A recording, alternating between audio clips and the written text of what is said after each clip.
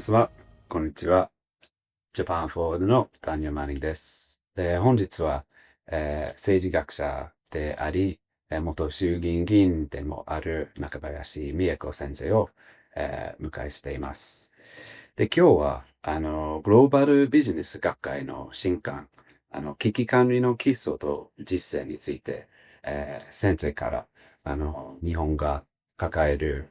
危機管理課題についていろいろ伺い、したいと思っております。先生、よろしくお願いいたします。よろしくお願いします。早速ですが、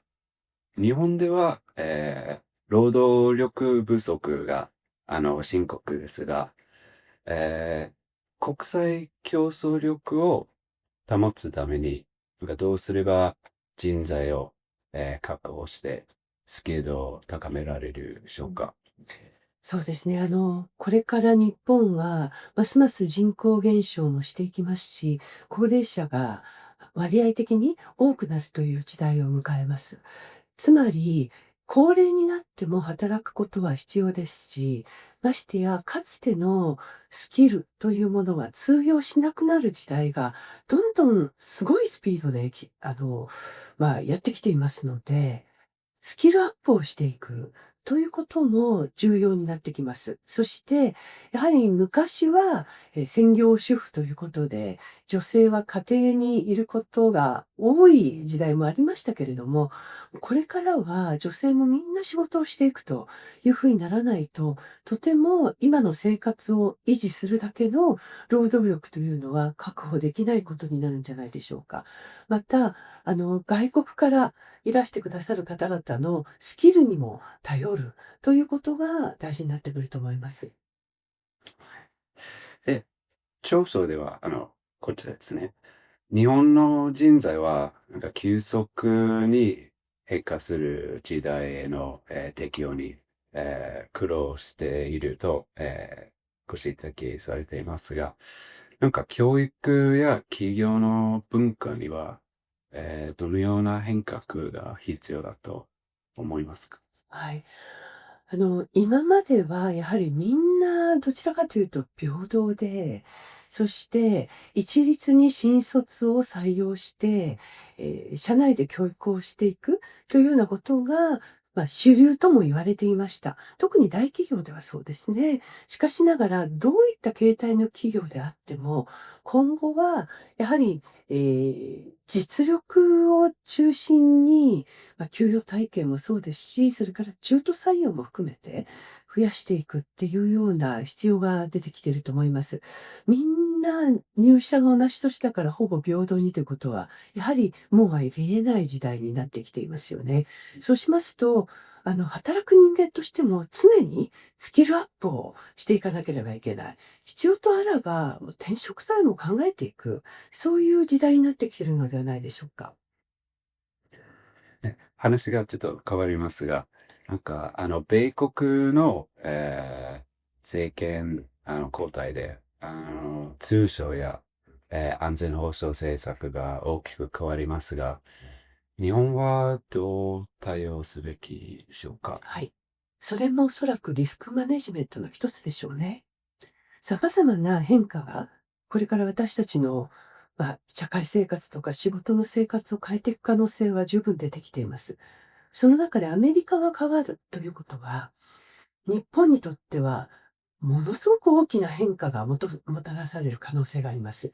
それはアメリカは単に重要な貿易相手だからではなくて、文化的にも非常に大きな影響を持ってますし、さらには何より安全保障という意味で日本がアメリカを頼りにしているからなんですね。そして日本はもう引っ越しをすることができないんですけれども、ロシア、北朝鮮、中国、その他非常にですね、政治体制の違う国々に囲まれています。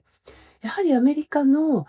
援助がないとなかなか日本の抑止というものも力を発揮できないような状況ですから、そうしますと、やはりまずアメリカの変化に日本はどういうふうに対応していくのか。そして、アメリカ国民が何を、アメリカに対して望んでいるのか。それについて日本はどういうふうに協力できるのか。協力できないところもあるかもしれませんけれども、できるところはしていく。そして日本がもっともっと自立し、そして、ここにもあるようなリスクですよね。リスクをいかに分散していくかというところが重要になってくると思います。変化はやはり必ず起こってくるので、リスクを避けるっていうのはもう、不可能であると考えた方がいいと思うんですね。リスクをどうマネジメントするのかということが重要になってくると思います。そうですね。なんか今の日本は食料を輸入に頼っていますが、食料不足のリスクはどれほど深刻でしょうか。なんか安定供給のはい。ために何が必要だと思いまそうすか？ですね。実は今、日本では米の値段がものすごく上がってるんですね。したがって備蓄米を放出したりとか、様々な方法を取っているんですけれども、やはりかつてからの生産側の、お米の量を調整していくという方法がもしかしたら間違っていたのではないかっていう声も聞かれます。もちろん生産する方にしてみたら、価格が安定することは非常に重要なんですけれども、今回のようにお米が足らなくなった時にどうしたらいいのかと考えると、やはりある程度の競争力を持った中で、しかもその消費者にとって急激に、米の価格が上がることのないように、また、農家はどんどん高齢化していて、なんでも平均的な労働者の年齢がもう70ぐらいになっているという声も聞いていますから、そうしますとやっぱりこれからますます高齢化が進んでしまうということになりますので、今後、お米が日本でどんどん生産できるかというと、それも非常に、心も高いものがあります。そう考えたときに、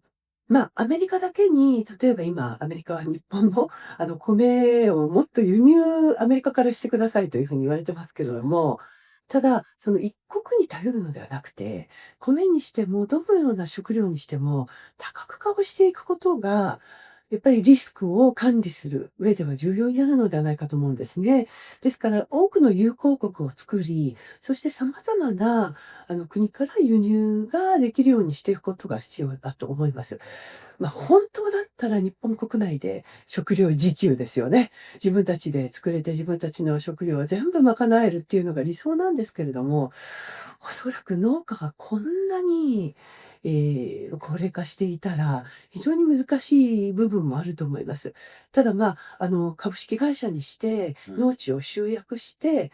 大農家にしていけば、もしかしたらなんとかなるかもしれないという声はありますけど、それってもう何十年聞いてるんでしょうね。もう30年以上聞いてるような気がしますけど、なかなかならないですね。でしたらまずは、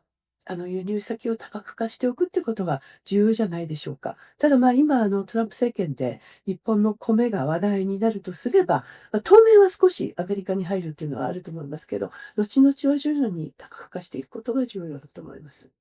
はい、ありがとうございます。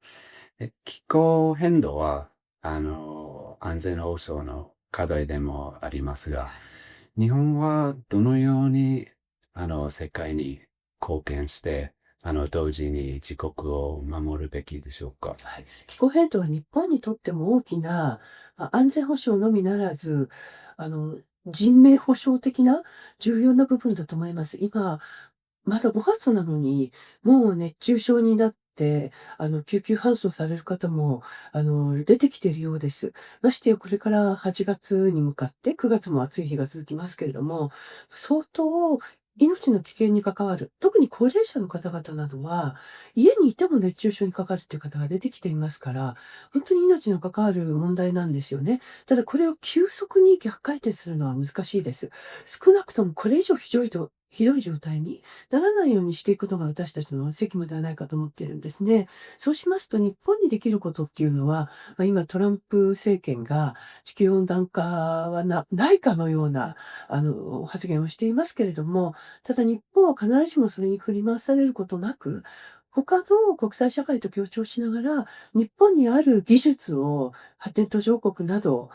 これから二酸化炭素をたくさん、排出しそうな国々ともあらかじめ連携して、今後温暖化がひどくならないようにしていくっていうのが、日本の生きていく道ではないかなと思いますね。ありがとうございます。で、日本はフェイクニュースとか、なんか偽情報にどれほど弱いでしょうか？日本はなかなかフェイク情報対策的な教育というのがまだ浸透していません。フィンランドとか、北欧の方では、やはりロシアの影響などもあって、もう教育時点からフェイクニュースはどうやって、見つけるのかと、どう、検証すればそれがフェイクニュースだとわかるのかっていうことも教えているようですけれども、まだまだ日本ではその辺が進んでいない実態がありますし、もっと言えば、日本の場合は、中高年層の方がフェイクニュースを信じてしまう。やっぱり夜眠れなかったりされるご高齢者なんかは、最近もう次々と動画を見て、で、しかもその動画の出所が本当に正しいものなのかどうなのか、そしてそこで主張されていることが本当にそうなのか、ということを検証しないまま、鵜呑みにするご高齢者が多くなっているというふうに聞いています。そこもやはり、私たちは社会として、どうやってそういうフェイクニュースを見極めるのかというのを、一人一人のリテラシーとして身につけるように、いろんなところで社会教育も含めて行っていく必要があるのではないでしょうか。学校でっていうだけでは、今行われているそのフェイクニュースのこの多さと恐ろしさを、特にご高齢者をどう救うのかっていうのは非常に難しい問題があるのではないかと思っています。そうですね。なんか、表現の自由を守りながら、なんかどう、偽情報に、はい。対処ええ、すべきでしょうか？ええ。言論の自由というのは私たちは必ずやっぱり死守しなければいけない重要な基盤だというふうに思います。ただ言論の自由とフェイクニュースはイコールではありませんよね。言論の自由というのは、やはりその人がある程度の確かな根拠に基づいて発信をすること、そして自分の考えや意見を述べること。それは結構なことです。しかしそれを受け取る側が、それをどう取るかっていうのが、やはりフェイクニュースがどんどん膨らんで、無責任に拡散されて、あたかも事実のように流布されてしまうこと。とはまた別ですよね、言論の自由。ということは、やはり一人一人のがリテラシーを高めて、そういったものをまず拡散しない。そして、拡散しないためにも、これは不審ではないかっていう、なんていうんだろう、直感みたいなものも身につけること。そしてそれを検証する手段を、やはりすぐに取れるようにもう習慣づけること、そういったことが大事になってくると思うんですね。そのことによって言論の自由が、封殺されるとは全く思いませんね。はい。ありがとうございます。では、日本のゼロリスク文化は、なんか今の時代に本当に合っているでしょうか？なんかもっと、リスクを取る姿勢が役立つだと思はい。われますか？はい。実はこの本では、そこを強調しています。で、リスクを、避けようというのが今までのリスクに対する心構えだったと思うんですね。でも、それはもはや今の時代は不可能と言っていいと思うんです。ということは、もうリスクはあるものだと。そしてもしかしたらそのリスクはチャンスに変えられる可能性があるんですね。そういったリスクを早め早めに察知し、そのためにはもちろん視野を広げ、情報を、いろんな角度から収集できるようにしておく必要があると思うんですけれども、そういったそのリスクがあるものであるということを前提に、どうそのリスクをマネジメントするのか。もううまくいけばそのリスクをチャンスに変えることができるのかっていう知恵とか発想とかイノベーティブな考えというのが今後の私たちの世代、将来を担う方たち、特に若い方たちにはどうしても必要になると思うんです。で、この本ではリスクのそういう捉え方、考え方っていうところから始まって、どういうところに、リスクというものがあるのか、今、社会がどういう問題に直面しているのかっていうのを、もう現場目線で如実に、こういうことが起こっているのかっていうのを読んだ人は、やっぱり目から鱗っていうところもありますけど、それから、第一部が、ぎっしり入って、で、第2部では、リスク管理、あるいはリスクマネジメントとは何ぞやということを、学問的に理論的にきちっと説明をして、そして第3部では、それぞれの著者が、今度は解決策をどういうふうに私たちを考えたらいいのかっていうところを、知恵を絞って述べているんですね。で、この本を読んでくださった会社の社長さんとか、コンサルティングの方とかは、本当に素晴らしい本だというふうに言ってくださるんですけど、まだまだ知れてないので、本当にもったいないなと思うくらいなんです。そういう意味では、リスクのその捉え方、日本はリスクを避けることがいいんだとか、リスクがない方がいいんだといったような、危険のないその社会を目指しているのとは違う世界を、ここでしっかりと描いていますので、ぜひ、リスクって何だろうって思われた方は、ぜひ手に取って読んでいただきたいと思います。はい。本日、中林先生、本当にありがとうございました。ありがとうございました。そして、ご視聴いただいた皆様もありがとうございます。それでは、次回のインタビューでまたお会いしましょう。